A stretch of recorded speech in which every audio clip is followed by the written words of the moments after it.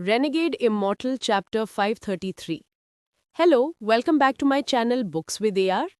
जब वो जेड्स का काम मुकम्मल कर चुका, वांगलिन का डिवाइन सेंस फैल गया और पूरी वादी को अपनी लपेट में ले लिया।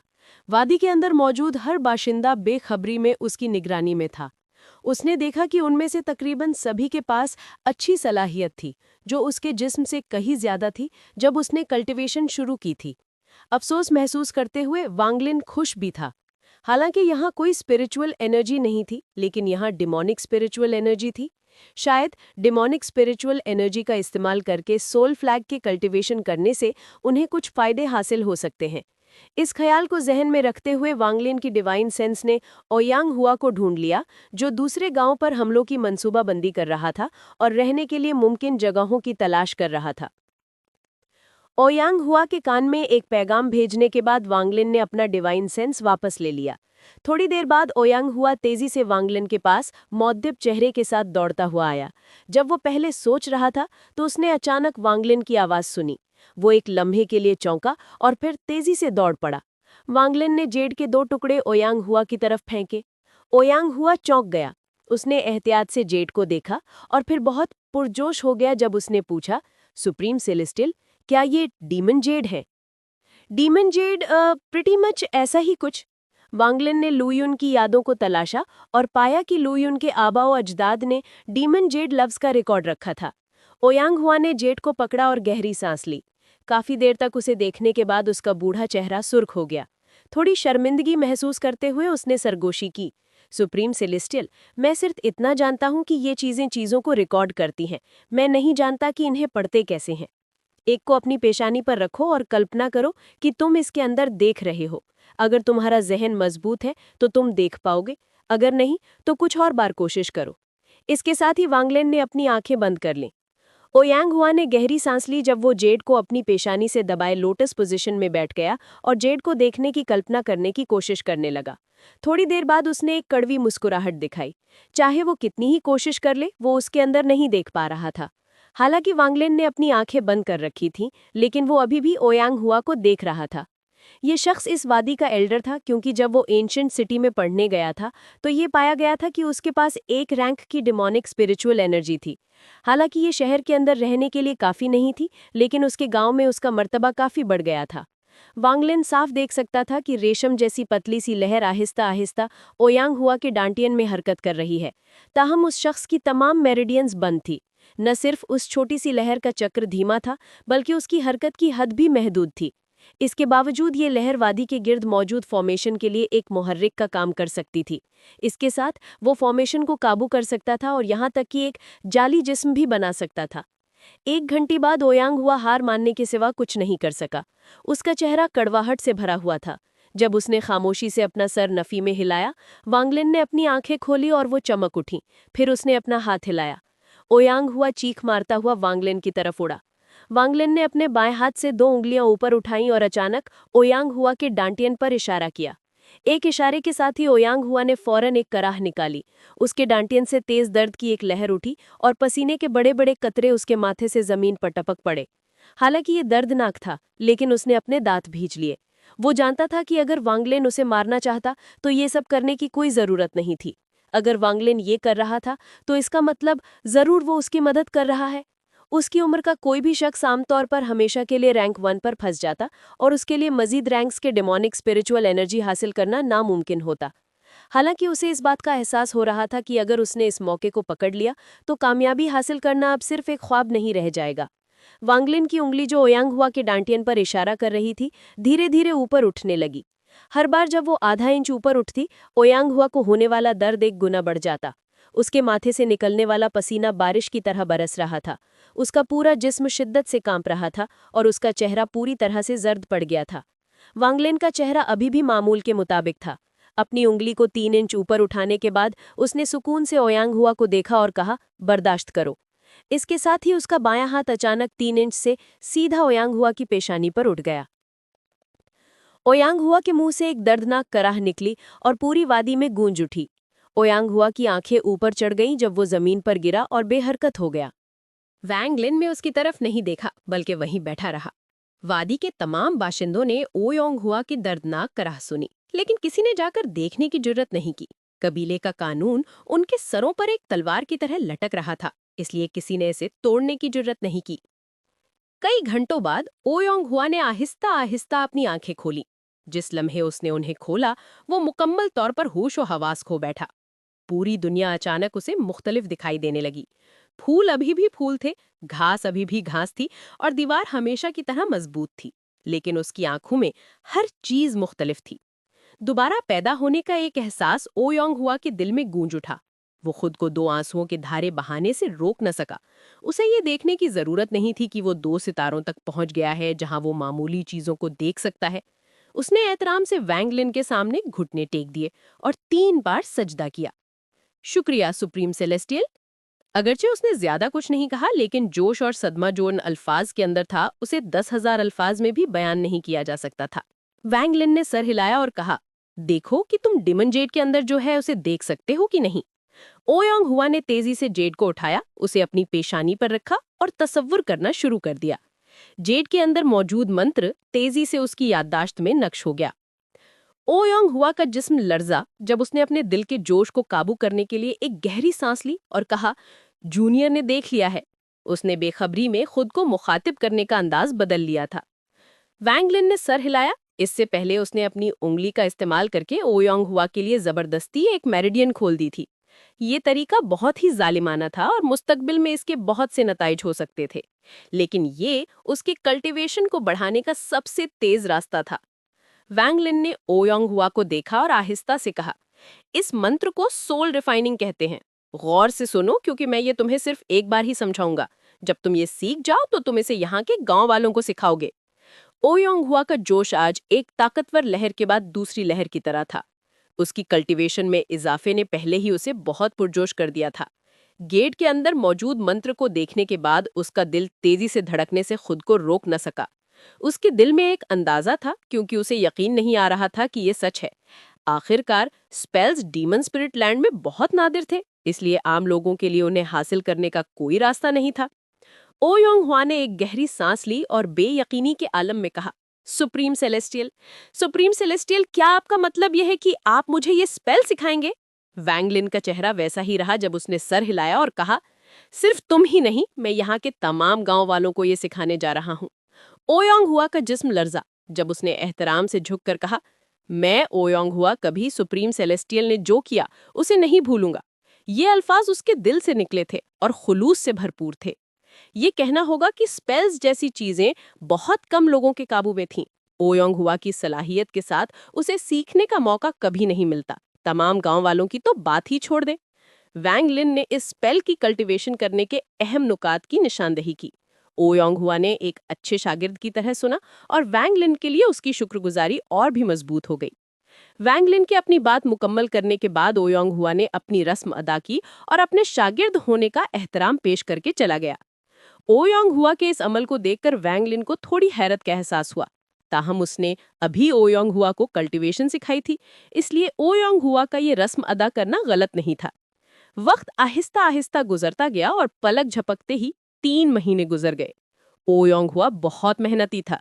उसने अपना सारा वक्त कल्टीवेशन करने और सोल रिफाइनिंग स्पेल को पढ़ने में गुजारा।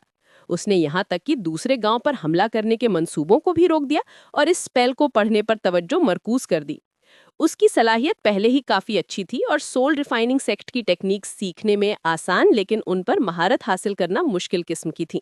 इसलिए 3 महीने के बाद उसने कुछ पेशरफ्त कर ली थी। सिर्फ वो ही नहीं, बल्कि गांव में मौजूद तमाम मर्दों ने ओयोंग हुआ की तालीमात के तहत कल्टीवेशन की थी। उनमें से हर एक ने मुख्तलिफ नताइज हासिल किए थे। वैंग लिन ने ये 3 महीने का वक्त डीमन क्रिस्टल को पढ़ने में गुजार दिए। 3 महीने के वक्त में वो 2 क्रिस्टल्स को एक में मिलाने के काबिल हो गया था। इस डीमन क्रिस्टल में डीमन स्पिरिचुअल एनर्जी की एक ताकतवर मिकदार मौजूद थी और इसके गिर्द कई टेंटिकल जैसी चीजें थीं जो अजीब तरीके से इधर उधर घूम रही थीं। Rank 3 demon crystal.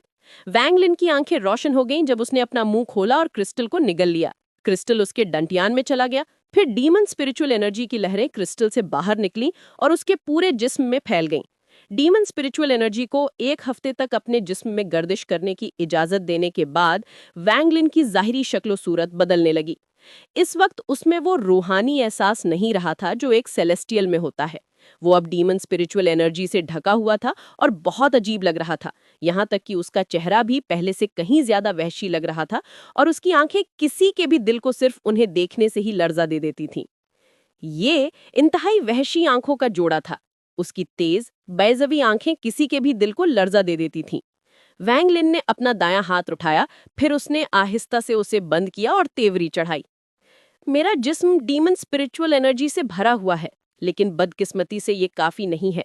इसे पूरा इस्तेमाल करने के बाद भी मैं सिर्फ फाउंडेशन एस्टैब्लिशमेंट के मरहले के करीब ही हूँ। एक ख्याल के साथ उसके जिस्म के अंदर मौजूद तमाम डीमन स्पिरिचुअल एनर्जी वापस डीमन क्रिस्टल में चली गई और जरा सा भी बाहर नहीं निकला। डीमन स्पिरिचुअल एनर्जी के वापस जाने के बाद सेलेस्टियल स्पिरिचुअल एनर्जी तेजी से वैंगलिन के जिस्म में गर्दिश करने लगी और उसे एक बार फिर रूहानी एहसास देने लगी। ये डीमन स्पिरिचुअल एनर्जी दिलचस्प है। वैंगलिन की आंखें रोशन हो गईं। इन 3 महीनों में वो 3 बार वादी से बाहर निकला और उसने तीनों बार सोल रिफाइनिंग स्पेल की कल्टीवेशन करने वाले लोगों को सिखाया। वादी के लोग ये सब जानते थे कि ये स्पेल वैंगलिन से मिला है और ये वैंगलिन ही था जिसने उन्हें एक स्पेल सीखने का मौका दिया था। वैंगलिन के बारे में उनके तमाम खौफ और गलतफहमियां मुकम्मल तौर पर गायब हो गई और उसकी जगह उनकी बेइंतहा एहतराम और शुक्रगुजारी ने ले ली। तीनों बार जब वैंगलिन बाहर आया तो हर गांव वाले ने उसे जो भी कहा था, उसने इसे देखा, वो जो भी कर रहा था वो छोड़ दिया और उसे सलाम किया। उन लोगों में जो सोल रिफाइनिंग स्पेल की कल्टीवेशन कर रहे थे, ओयोंग हुआ के अलावा जो तेजी से तरक्की कर रहा था, एक और शख्स था जिसने वैंगलिन की तवज्जो हासिल की। ये शख्स वही नौजवान था जिसका पीछा करते हुए वैंगलिन ने ये वादी तलाश की थी। इस नौजवान में सोल रिफाइनिंग स्पेल की कल्टीवेशन करने की बहुत सलाहियत थी। सिर्फ 3 महीनों के मुख्तसर अरसे में वो तीसरे मरहले तक पहुंच चुका था, जो तब था जब हर किसी को अपना सोल फ्लैग बनाना चाहिए। स्पेल्स डीमन स्पिरिट लैंड में बहुत नादिर थे, लेकिन वो मुख्तलिफ ढंग से काम करते थे। पूरी डीमन स्पिरिट लैंड में ज्यादा डीमन स्पिरिट एनर्जी और सेलेस्टियल स्पिरिचुअल एनर्जी बहुत कम थी। इसके नतीजे में सेलेस्टियल कल्टीवेशन करने वालों को सिर्फ 2 ही ऑप्शंस मिलते थे। या तो वो डीमन स्पिरिट एनर्जी से अपने जिस्म को भरते रहें और अपनी कल्टीवेशन जारी रखें, या फिर एक करेंसी बनाने के लिए सेलेस्टियल स्पिरिचुअल एनर्जी को इकट्ठा करें। उम्मीद है आपको ये वीडियो पसंद आई होगी। अगर आपको ये पसंद आई है तो प्लीज चैनल को सब्सक्राइब करें, इस वीडियो को लाइक करें और अपने दोस्तों के साथ शेयर करें। अगली वीडियो तक के लिए अल्लाह हाफिज। Renegade immortal chapter 534। Hello, welcome back to my channel books with AR. Wang Lin had already he taught Ouyang Hua soul flag बनाने मेकिंग द कार तरीका मेथड सिखा चुका था। ताहम हाउएवर डीमन स्पिरिट लैंड में साजो सामान मटेरियल्स की कमी लैकिंग थी, इसलिए सोल फ्लैग्स बनाना मुश्किल वाला था। जब उसे इस बात का एहसास हुआ, वांग लिन ने कुछ वक्त निकालकर इस मामले का हल सोचने की कोशिश की। उसने कुछ स्टील के दरख्तों, जानवरों की खालों और कुछ सील्स का इस्तेमाल करके बस बैरली मेक कुछ ऐसा बनाने में कामयाबी हासिल की जो उसके असर की नकल कर सके। ये मुतबादिल फ्लैग सिर्फ 10 रूहों तक को सील कर सकता था, जिसका मतलब था कि इसकी हद 10 सोल फ्लैग थी। लेकिन ये चीज़ मिकदार के लिहाज से जीत गई, क्योंकि कोई इन फ्लैग्स में से 10 एक ही वक्त में इस्तेमाल कर सकता था। अगरचे ये एक 100 सोल फ्लैग जितना मजबूत नहीं था, इसमें फिर भी आधी ताकत थी। स्पेल्स की तरह वांग लिन ने इस मुतबादिल सोल फ्लैग के अंदर भी एक मोहलिक खामी छुपा दी थी और सिर्फ वांग लिन ही इस मोहलिक कमजोरी के बारे में जानता था। आखिरकार वांग लिन ही पूरे प्लानट टियानयून पर वाहिद शख्स था जो सोल रिफाइनिंग सेक्ट के स्पेल्स को जानता था। नए सोल फ्लैग को बनाने के तरीके को एक जेड पर नक्श करने के बाद वांग लिन ने अपना डिवाइन सेंस खिलाया और ओयांग हुआ और उस नौजवान को बुलाया जिसका नाम 13 था। 13 वही नौजवान था जिसका पीछा करते हुए वांग लिन ने ये वादी तलाश की थी। इस शख्स में कुदरती रग़बत सोल रिफाइनिंग सेक्ट के स्पेल्स के लिए थी। अगर डुटियन अभी भी जिंदा होता तो वो यकीनन इस बात पर सदमा जरूर महसूस करता। 13 तेजी से वांग लिन के सामने आ खड़ा हुआ। वो अपने सामने मौजूद सुप्रीम सेलेस्टियल के लिए एहतराम और हैरत महसूस करता था। जितना वो ज्यादा सोल रिफाइनिंग स्पेल की कल्टीवेशन करता, उतनी ही ज्यादा हैरत उसके दिल में महसूस होती। 3 महीनों में जब से वो इस स्पेल को पढ़ रहा था, वो इस नतीजे पर पहुंचा था कि अगर वो इस पर मुकम्मल महारत हासिल कर ले तो इसकी ताकत तसव्वुर से बालातर होगी। 10 soul flag, 100 soul flag, 1000 soul flag, 10,000 soul flag. 13 ने एक गहरी सांस ली और उसकी आंखों में जोश की एक झलक नमूदार हुई। ओयांगहुआ 13 से कहीं ज्यादा तजर्बेकार था, इसलिए वो एहतराम के तासुर के साथ खामोशी से खड़ा रहा। दर हकीकत उस लम्हे से जब सबने सोल रिफाइनिंग स्पेल सीखना शुरू किया था, गाउन को काबू करने का असली इख्तियार आहिस्ता आहिस्ता ओयांगहुआ से वेंगलिन की तरफ मुंतकिल हो गया था। तकरीबन हर कोई जानता था कि वांगलिन ही यहाँ का असली हुक्मरान है। सुप्रीम सेलेस्टियल गांव में मौजूद 27 मर्दों ने मैंने ऑलरेडी डिमेंस स्पेल की कल्टीवेशन शुरू कर दी है। अभी 13 13 के अलावा ज्यादातर पहले मरहले पर ही फंसे हुए हैं और उनमें से 6 ऐसे हैं जो अभी तक उतना भी हासिल नहीं कर पाए हैं। वांग लिन लोटस पोजीशन में बैठा रहा और उसने सर हिला दिया। हालांकि सोल रिफाइनिंग स्पेल सीखना आसान था, लेकिन यह हर किसी के लिए नहीं था। ये हकीकत के यहाँ मौजूद 27 लोगों की एक बड़ी अक्सरियत पहले मरहले तक पहुंच चुकी थी। अगर ये खबर ये सुजुका पर होती तो हैरानकुन खबर होती। 13 को देखने के बाद वांगलिन इस बात से बहुत मुतमईन हुआ कि ये बच्चा कितनी तेजी से कल्टीवेशन कर रहा है। वांगलिन की नज़र को अपने ऊपर महसूस करते हुए 13 की कमर सीधी हो गई और उसकी आंखों में जोश और भी ज्यादा बढ़ गया और उसने कहा, सुप्रीम सेलेस्टियल 13 पहले ही तीसरे मरहले तक पहुंच चुका है। अगर मैं सोल फ्लैग बना सका तो मैं सोल फ्रेगमेंट्स तलाश करने के लिए सील बाहर जा सकता हूं ताकि उन्हें अंदर सील कर सकूं। वांगलिन हल्का सा मुस्कुराया जब उसने अपना दायां हाथ आगे बढ़ाया और एक जेड खामोशी से नमूदार हुई। उसने जेड को फेंका और मुस्कुराया, सोल फ्लैग्स बनाने का नया तरीका इसके अंदर है। 13 ने जेड को पकड़ा और इंतहाई खुशी का इजहार किया। उसने एक गहरी सांस ली जब उसने जेड को अपनी पेशानी पर रखा और ओयांगहुआ ने जैसे उसे सिखाया था वैसा तस्वुर करना शुरू कर दिया। थोड़ी देर बाद उसका जिस्म हल्का सा लर्जा और उसकी आंखें जोश से भर गईं। उसने वांगलिन को देखा और अचानक जमीन पर घुटनों के बल बैठकर जोर से 3 बार सजदा किया। वांगलिन ने अपनी आंखें बंद कर लीं और आहिस्ता आहिस्ता कहा, कम जा सकते हो, अपनी पूरी तवज्जो सोल फ्लैग बनाने पर मरकूज करो। 13 ने सर हिलाया, फिर उसने जेड को नीचे रखा और एहतराम से चला गया। ओयांगहुआ थोड़ा सा हिचकिचाया। उसने वांगलिन को देखा और फिर जमीन पर पड़े जेड को देखा। वांगलिन की इजाजत के बगैर वो जेड को उठाने की जुर्रत नहीं करता ताकि उसे देख सके। वांगलिन ने आहिस्ता आहिस्ता कहा, इसे देखो, तुम पहले ही तीसरे मरहले तक पहुंच चुके हो। अगर तुम कामयाबी से एक बना लेते हो तो तुम्हारी ताकत काफी बढ़ जाएगी जब तुम अपनी डिमोनिक स्पिरिचुअल एनर्जी का इस्तेमाल एक सोल फ्रेगमेंट को सील करने के लिए करोगे। ओयांगहुआ ने तेजी से जेड को उठाया और उसे अपनी पेशानी पर रखा। थोड़ी देर बाद उसने गहरी सांस ली और एहतराम से कहा, जूनियर इसे बनाने के लिए साजो सामान तलाश करने जाएगा। इसके साथ ही उसने थोड़ा गौर किया और फिर कहा, सुप्रीम सेलेस्टियल, जब मैं दोनों 13 दोनों कामयाबी से सोल फ्लैग्स बना लेंगे तो मेरा 500 किलोमीटर दूर एक गार पर हमला करने का इरादा है। वहां एक और कबीला रहता है जहां कुछ दर्जन लोग रहते हैं। वांगलिन का चेहरा वैसा ही रहा जब उसने कहा, जैसा तुम चाहो करो। ओयांगहुआ ने सर हिलाया और तेजी से चला गया। 1 महीने में गार पर हमला करने की खबर तेजी से पूरे गांव में फैल गई। गांव के बाशिंदों के लिए ये एक बड़ी जंग थी।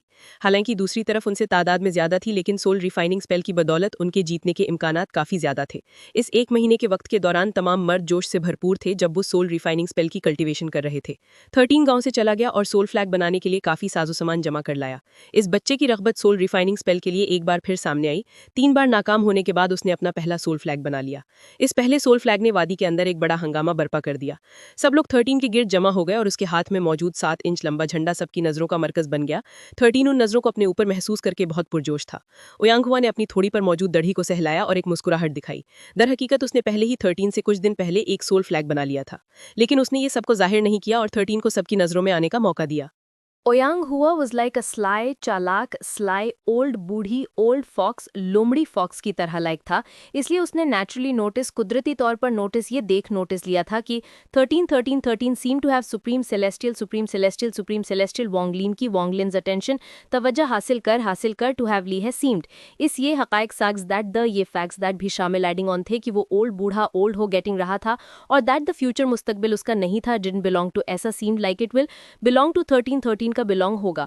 भीड़ में फ्रॉम द से किसी ने वन आस्क ने पूछा, little 13 the soul flag is only सिर्फ यूजफुल तब यूजफुल ही काम यूजफुल का है जब once you have sealed a soul fragment, इसके अंदर सोल फ्रैगमेंट अंदर एक सोल फ्रैगमेंट सील्ड महफूज सील्ड कर लो तुम। When will you go capture एक सोल फ्रैगमेंट कैप्चर पकड़ने गए जाओगे ताकि उसे अंदर सील महफूज कर सको।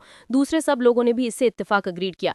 13 ने नाक से स्नॉट लेट आउट निकाली और कहा, किसने कहा, सेड कि मैंने सील्ड अ सोल फ्रैगमेंट, इसके अंदर एक सोल फ्रैगमेंट सील महफूज में ही किया है। तुम सब अब ऑल ऑफ यू गौर से देखो, लुक। इसके साथ उसके दाएं हाथ ने एक सील बनाई, फॉर्म्ड, और डिमोनिक स्पिरिचुअल एनर्जी हर तरफ से जमा होकर एक सब्ज रोशनी बन गई जो उसकी उंगली की नोक पर चमकी। उसने सोल फ्लैग की तरफ इशारा किया और फ्लैग फौरन लरस गया। काली गैस की एक लकीर अचानक से बाहर निकली और एक जंगली दरिंदे की शक्ल इख्तियार कर गई जो शेर जैसा दिखता था और उसके पर थे। ठीक उस दरिंदे के नमूदार होने के बाद उसने एक दहाड़ मारी जिसने सबको हिलाकर रख दिया। ओयांगहुआ की आंखें सुकड़ी और वो इससे सदमे में था। 13 ने एक मगरूर चेहरा दिखाया जब उसने दरिंदे की तरफ इशारा किया और चिल्लाया, हमला करो। शेर जैसा सोल फ्रैगमेंट ने एक वहशी नजर दिखाई जब वो बाहर निकला और दीवार से जा टकराया। जोरदार धमाका हुआ और दीवार पर दरारें पड़ गईं। शेर सोल फ्रैगमेंट को जरा सा भी नुकसान नहीं पहुंचा था। आसपास के लोगों से हैरत की लहरें उठीं और उनकी तारीफी नजरें 13 को बहुत फख्र महसूस करवा रही थीं। उसने इस उड़ते हुए शेर को इत्तेफाक से उस वक्त ढूंढ लिया था जब वो जंगल में दाखिल हुआ था। दरिंदा मुहल्लिक जख्मों का शिकार हो चुका था और अभी मरा ही था। 13 ने अपने दांत भींचे और सोल रिफाइनिंग स्पेल का इस्तेमाल करने का खतरा मोल लिया। कई कोशिशों के बाद वो रूह को को रिफाइन करने में कामयाब हो गया और उसे सोल फ्लैग के अंदर महफूज कर लिया। 13 ने एक गहरी सांस ली जब उसने अपना हाथ हिलाया और चिल्लाया, वापस आओ। इसके साथ उसने अपने हाथ में मौजूद सोल फ्लैग को लहराया, लेकिन इस लम्हे शेर सोल फ्रैगमेंट ने 13 की तरफ एक वहशी नजर से देखा। वो बिजली की तरह तेजी से हिला, लेकिन सोल फ्लैग की तरफ नहीं, वो 13 पर हमला कर रहा था। उसकी आंखों में वहशत अब कत्ल के इरादे में बदल चुकी थी। 13 का चेहरा बदल गया। उसने सोल फ्लैग को ऊपर उठाया और चिल्लाया, वापस आओ। शेर सोल ने मुकम्मल तौर पर हुक्म को नजरअंदाज कर दिया। जब वो ऊपर आया और दूसरे सब लोग इधर उधर बिखर गए, ओयांग हुआ ने दांत भींचे और बाहर निकला। अब उसके हाथ में एक 3 इंच लंबा झंडा था। एक झटके के साथ सब्ज रोशनी की एक झलक आई और एक छोटी चिड़िया जैसी चिड़िया बाहर निकली और शेर की तरफ लपकी। जब शेर सोल हमला कर रहा था तो अचानक वो पलटा और छोटी चिड़िया पर दहाड़ा। दहाड़ में एक चुभने वाला असर दिखाई दिया, जिसकी वजह से छोटी चिड़िया की रफ्तार धीमी हो गई। इस लम्हे का फायदा उठाते हुए शेर सोल फ्रैगमेंट बिजली की तरह तेजी से हिला और 13 के पास पहुंच गया। उसने अपना खून से भरा मुंह खोला और 13 को निगलने की कोशिश की। 13 का चेहरा मुकम्मल तौर पर जर्द पड़ गया था। वो पीछे हटना चाहता था, लेकिन ऐसा लग रहा था जैसे कोई पुरअसरार कुव्वत उसे हरकत करने से रोक रही हो।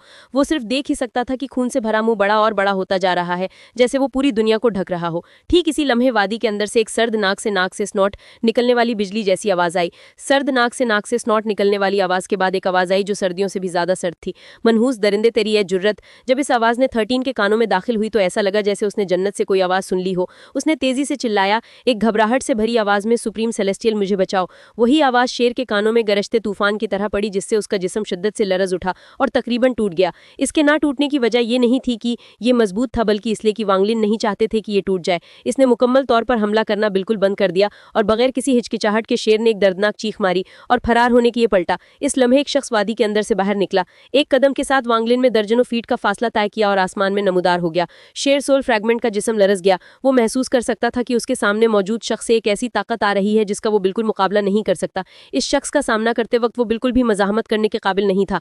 खौफ का एक एहसास आहिस्ता आहिस्ता उसके दिल में दाखिल होता गया, यहाँ तक कि उसने मुकम्मल तौर पर उसे गर्क कर दिया। शेर सोल फ्रैगमेंट ने एक रहबलब चीख मारी। उसने फरार होने की कोशिश नहीं की और एक फर्माबरदाराना अंदाज में लेट गया। उसकी आंखों में खौफ बहुत ज्यादा था। इस मंजर ने वादी के अंदर मौजूद सब लोगों को मुकम्मल तौर पर हिलाकर रख दिया, यहाँ तक कि ओयांग हुआ भी मुकम्मल तौर पर दंग रह गया था और उसके दिल में वांगलिन के लिए एहतराम का गहरा एहसास बढ़ता चला गया। इस किस्म का एहतराम सैकड़ों सालों तक कायम रहने वाला था। 13 की आंखों में जोश और गहरा हो गया। जब उसने वांगलिन को देखा तो उसका दिल एहतराम से भर गया। अगर उन दोनों की यह हालत थी तो फिर दूसरों के बारे में बात करने की कोई जरूरत नहीं थी। दरहकीकत द रीजन वाई द शेर सोल फ्रैगमेंट वांगलिन से इतना ज्यादा खौफजदा था, उसकी असल वजह वो मोहलिक खौम ही थी जो वांगलिन ने स्पेल और सोल फ्लैग पर छोड़ दी थी। तमाम सोल फ्रैगमेंट्स जो वांगलिन के तरमीम शुदा स्पेल से सीखने वाले लोगों ने महफूज किए थे, उन्हें वांगलिन दबा और काबू कर सकता था। उम्मीद है आपको ये वीडियो पसंद आई होगी। अगर आपको ये पसंद आई है तो प्लीज चैनल को सब्सक्राइब करें, इस वीडियो को लाइक करें और अपने दोस्तों के साथ शेयर करें। अगली वीडियो तक के लिए अल्लाह हाफिज।